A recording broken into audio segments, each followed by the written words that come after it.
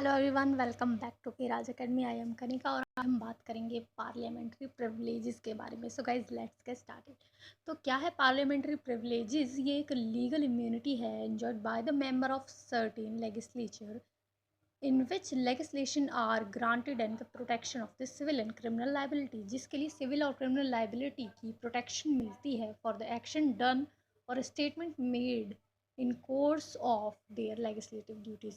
अगर उनकी legislative duties के कोर्स में कोई बाधा आती है तो so originally the constitution envisaged two types of privileges under Article 105. So Article 105 में बताता है पार्लियामेंट्री प्रिविलेजेस के बारे में of Indian constitution and freedom of the speech in the parliament and the right of the publication of its proceeding.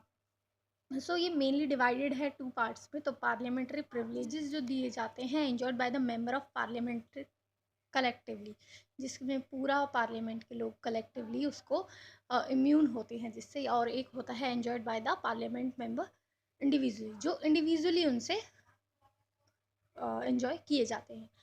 सो हम पहले देखते हैं collectively. So no person can be arrested, any legal process can be initiated within the premises of the house without the permission of the officer of the house। तो officer of the house की permission के बिना कोई भी person arrest नहीं हो सकता है। इसके बाद no court has right to investigate proceedings in the house of any of its committee. So the third one is Parliament can exclude guests from its proceeding, and in some cases the national interest it also held a secret meeting on important matters। So कोई अगर important matter होता है उसको लिए इसके लिए वो secret meeting भी रख सकते हैं या फिर आउटसाइडर को वो हटा भी सकते हैं किसी किसी मैटर्स में।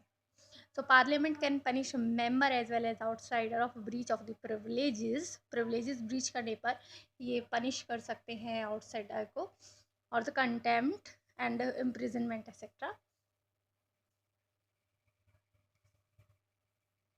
फिर आते हैं इंडिविजुअली पे। तो इंडिविजुअली हम देखते हैं when a parliament is in session, a member of parliament may refuse to appear in the court to present any evidence in the court. तो अगर पार्लियामेंट सेशन में है तो उस टाइम कोई उसका जो मेंबर है वो कोर्ट में अपीयर होने से या फिर कोई एविडेंस दिखाने से मना कर सकता है।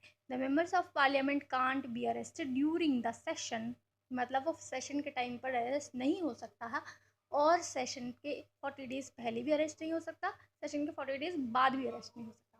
No member is liable to the proceeding of any court for anything said by him, vote by him in the parliament of the committee. तो ये हमें पता चला कि क्या क्या इनको इम्यूनिटीज दी हुई हैं। So most importantly, if any person officer violate the privileges of the member of the parliament, that is disrespect, abuse etc, so उसके लिए imprisonment है by house। सो गाइज आज के लिए बस इतना ही, और हमारा जो नेक्स्ट लेक्चर होगा उसमें हम देखेंगे pillars of the fundamental democracy. So guys like share and subscribe my channel. Bye bye.